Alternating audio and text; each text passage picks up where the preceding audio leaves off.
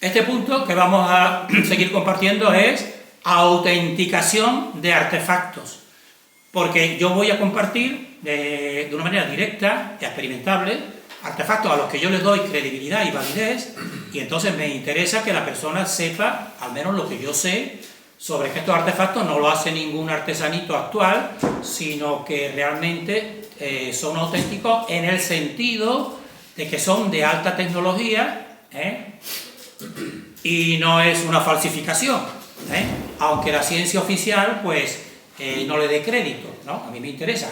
Entonces todos estos artefactos Honsan, que yo les digo como los artefactos que vais a ver, que le he puesto yo el nombre de filtro dimensional, y vais a ver aquí 3 de ellos, pues son auténticos. ¿Por qué? Porque existe un grupo chino, precisamente, que ellos te lo estudian mucho más científicamente que yo, y entonces ellos ven en estos artefactos que tú le haces una limpia especial para que no tengan ellos cosas que oculten lo que se llaman líneas U, que estas líneas U son de 0,02 milímetros, y eso no se puede hacer ni con una aguja actual, es más pequeño, y entonces eso, para mí y para los que tengan, y esta gente que lo investiga y lo ven, dice, eso es una muestra de autenticidad, porque eso ningún artesano actual puede hacer eso. Esto estaría hecho, estos artefactos, pues con un tipo, yo diría, un tipo de grabación tipo láser o tipo vibratorio que te hace ese tipo de marcas U. Entonces fíjense, en medio estás viendo es uno de los dragones que son únicamente de esta cultura Honsan, que es ese dragón que le dicen C dragón porque representa la letra C, ¿no? Entonces fijaros que en ese C dragón tiene una parte que es como unas cuadrículas, en una parte, pues entonces a la izquierda la ha puesto más aumentada. Fíjense que no es casual, hemos estado hablando de las cuadrículas, ¿verdad? Pues claro, porque esta gente sabía que es muy importante representar esas cuadrículas, que son las que dirigen toda esta creación. Pero aquí lo que nos interesa sobre todo es que en esa cuadrícula, a la derecha del todo, con una cámara de alta pixelación, cualquier persona puede coger cualquiera de estos artefactos, aumentarlo mucho más, y entonces se ve esas marcas U. Esas marcas U son, como la superficie, hace una perforación así, en forma de U, y las rayas esas están hechas de 0,02 milímetros, y todos esos artefactos tienen esa característica.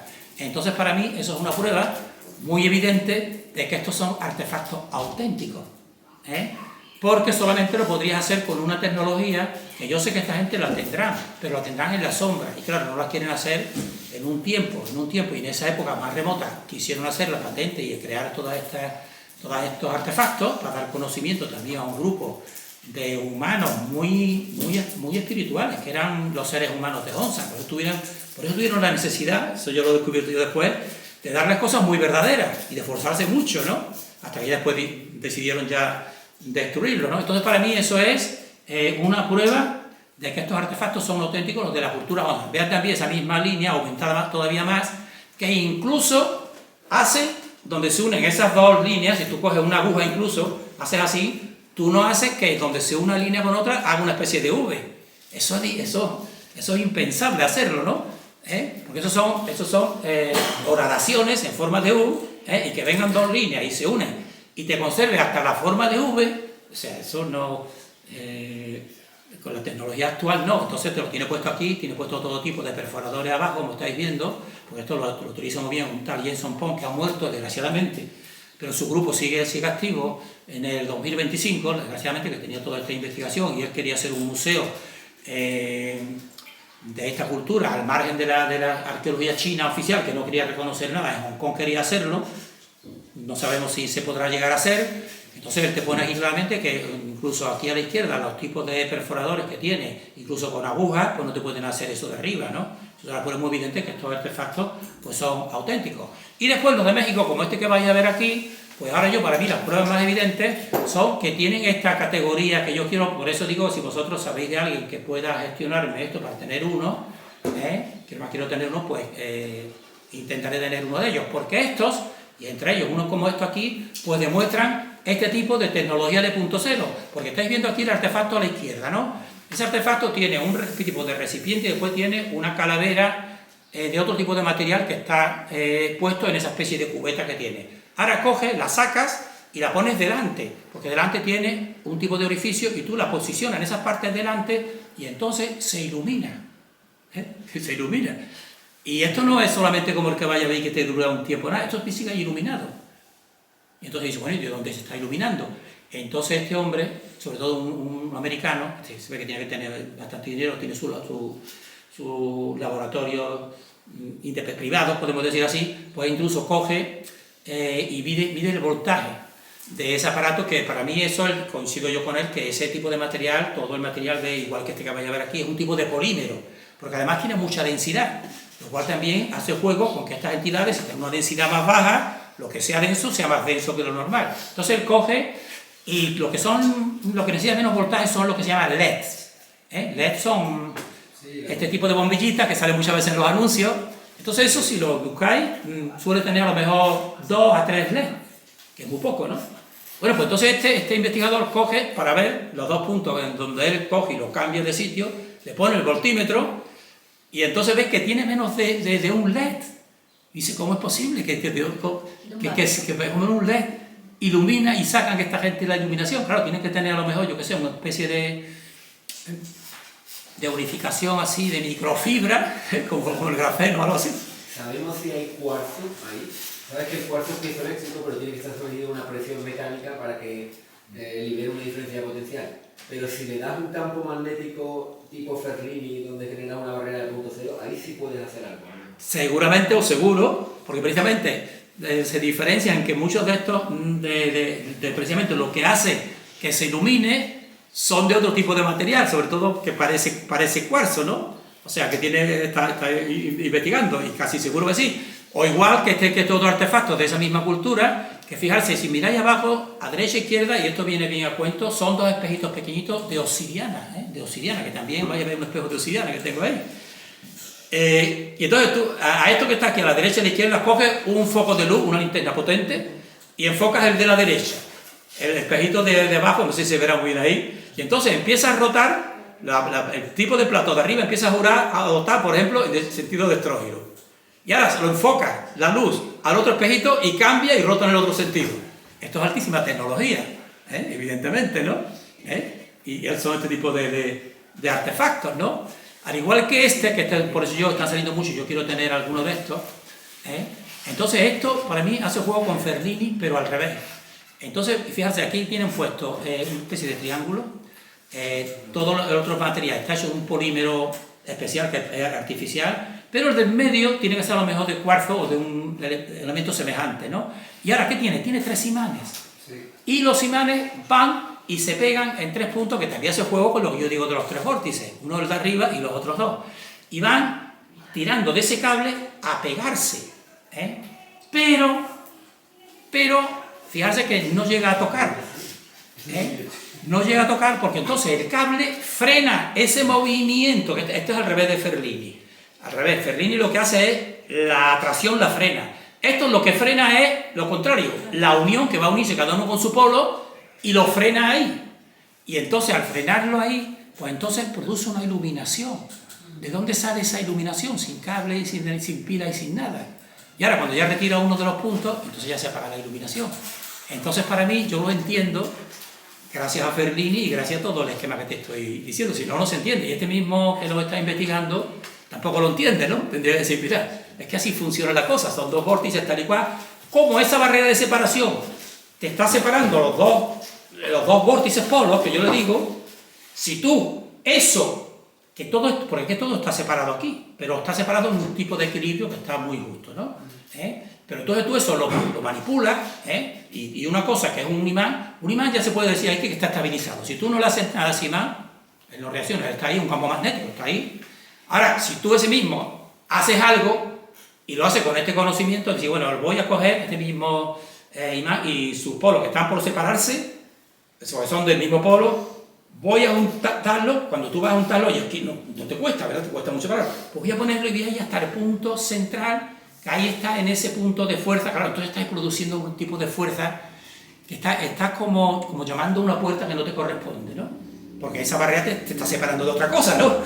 Entonces estás tú como empujando una puerta que no te corresponde, que sería otro tipo de dimensión. Entonces aquí, en esta misma, en ese entorno limitado, pues pasan todo este tipo de fenómenos, que se ve a lo mejor un humillo, que se ve a lo mejor... El mismo cuenta Ferlini que tenía algo, una gorra o algo así, una cosa para respirar, y lo puso en el sitio este, que lo tenía ese cerca, y entonces ya le desapareció.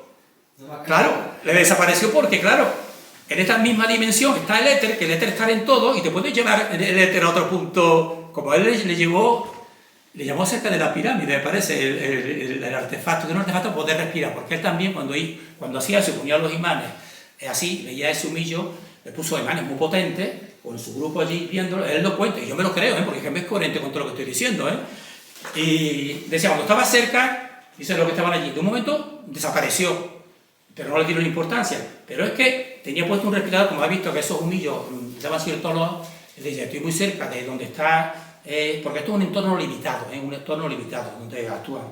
Eso era una especie para poder respirar bien, ¿no?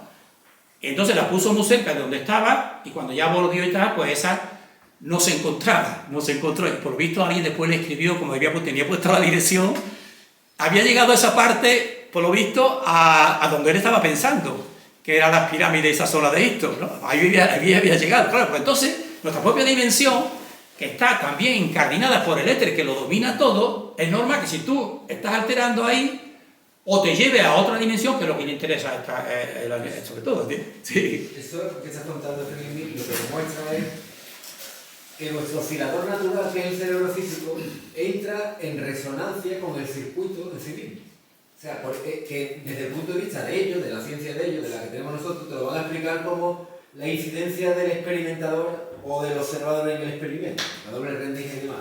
Pero la realidad es que tú, al tener un oscilador natural, puedes interactuar directamente con lo que estás haciendo. Por eso Ferlini, en su pasión, apareció en Egipto, en las pirámides, en el estudio. Lo que estamos viendo ahí es una barrera de Ferlini enfrentada por los 3 puntos mínimos que tienes que quedar en el espacio para acotar un triángulo. Para cortarlo, claro. Falta o 3, yo lo estoy haciendo con 4, y en el centro seguramente es un triángulo equilátero, de forma que los campos magnéticos son exactamente proporcionales, y ahí no se van a repeler, ahí es atracción. Hay atracción, pero te frenada. Lo contrario que hace el otro, que también te frena. Lo de esto, ¿entiendes? Lo mismo. Vas a encontrar la barrera, la fuente, como tú dices, y ahí vas a entender la energía de punto cero y otras muchas cosas más, porque eso es rasgar directamente a la dimensión que está solapando justamente por nosotros. Tanto esta gente, los bichos, seguramente los buenos también. Sí. Totalmente de acuerdo, y ahora para mí esto me es muy gratificante, yo que siempre he querido entender las cosas. Este mismo investigador no lo entiende, ¿no? Pero tú, Ricardo, y yo ya lo entendemos mejor, ¿entiendes? Porque es que, claro, por una parte, a lo mejor, o sea, ellos pueden, mediante... pero fíjate, también te demuestra, con esto de Ferlini, me demuestra a mí que es que la mente es muy poderosa, porque en ese tipo de intermedio que hay, se proyecta el mismo, a lo mejor de manera inconsciente, pero se proyecta esto. Y no solo eso, sino su sitio, una cosa física también se queda allí, en esto. Entonces, claro, ¿por qué? Porque la nuestra es una vibración superior, tal, ¿no? A ellos, pero claro, ellos lo que quieren no es eso, ellos lo que quieren es aquí tener mediante energía humana, tan de esto, actuar aquí, y claro, de una manera limitada, sí, hacen sus tecnologías, sus platillos volantes, tal y cual, pero limitada por este tipo de cuestión. Cuando el ser humano tiene posibilidades de ser como dioses, entre comillas. Si tuviéramos la ciencia, antes has dicho una cosa muy interesante. ¿Tú recuerdas un tal Edward Lidskalski, que es el escultor que hizo el castillo de Coral en Estados Unidos, en Florida? Bueno, pues él hablaba de que tiene folletos de corrientes magnéticas y hablaba de que todo en la naturaleza, incluido nosotros, tenemos como pequeños imanes, que son pequeñas barreras con las que estamos hablando. Por eso, realmente, la fuerza de gravitación universal, como la llaman, no es proporcional al cuadrado de las masas. Si haces la fórmula de la gravedad es F igual a G por E, directamente proporcional al cuadrado de las masas, M por M', ¿verdad? Y inversamente proporcional al cuadrado de la distancia, dividido entre el cuadrado. Pero es que la ley de Coulomb es exactamente la misma, es Q1 por Q2 partido por el cuadrado. Como sabemos que la electricidad se relaciona con el magnetismo, la gravedad realmente tiene un componente magnético, o sea, nos están engañando con esto. No es una masa que atrae a otra, ¿sabes? Esto es muy interesante porque esta es la ciencia verdadera que nos abriría el camino a evolucionar directamente, ¿sabes? Exactamente, totalmente de acuerdo. Para mí es muy gratificante haber llegado hasta aquí. y todo lo que siempre ha estado dándole vueltas, esto, lo otro, llegando a un esquema simple, porque es que además se ve todo, ¿no? Entonces este es uno de esos artefactos que te quería yo que tú lo vieras. Y este otro también muy curioso, que es lo mismo, ¿no? Fíjate, entonces ahí hay un cable y una especie de forma circular, que entonces esa forma circular para mí es que esto sería unirse, pero el cable evita que se una, y evita en esa proporción. Claro, esta gente sabía, porque esta gente no hacía otra cosa nada más que ver saber exactamente, por ejemplo, el tipo de polímero que tienen que hacer la otra parte, que tendrá partes de esas de las que tú has dicho, no evidentemente, ¿no?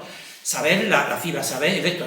Claro, no hacen otra cosa desde siempre, pues saben hacer exactamente ese artefacto, y entonces este artefacto está ahí quieto, ¿no? Pero entonces este con el dedo, estáis viendo aquí, la persona coge y le da así con el dedo, entonces empieza a oscilar, y para mí me interesaba ver que esa oscilación, primeramente empieza a girar en un sitio, pero después cambia.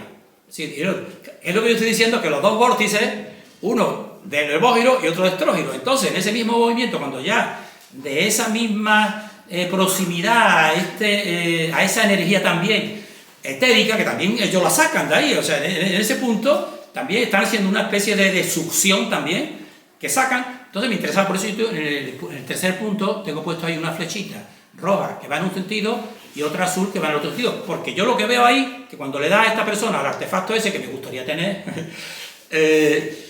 la parte esa, como un platillo volante, empieza a moverse, a oscilar en un sentido, pero después en el otro, en uno y en el otro. Digo, coherente totalmente con lo que estoy diciendo. Y después, en esta parte superior, cuando ya parece que ahí se ha cargado algo, pues entonces esta persona toca en la parte de izquierda, veis ahí que tiene una especie de botoncito cerca, ¿no?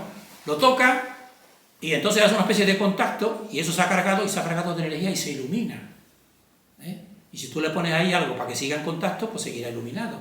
Y entonces, claro, la pregunta es, ¿de dónde se saca esa energía? Si yo no veo cables, ni veo pilas, ni veo nada. Pues del magnetismo de toda esta creación y de los dos vórtices polos, para mí. De Tesla, ¿no? Y de Tesla, claro, de Tesla. Lo que nos ha trascendido a nosotros es que tú tienes que tener un movimiento relativo de una bobina a un imán para generar energía eléctrica, que es el principio del generador que conocemos. Sin embargo, la energía de punto cero saca energía de ese centro de equilibrio. Ahí me recuerda, pues,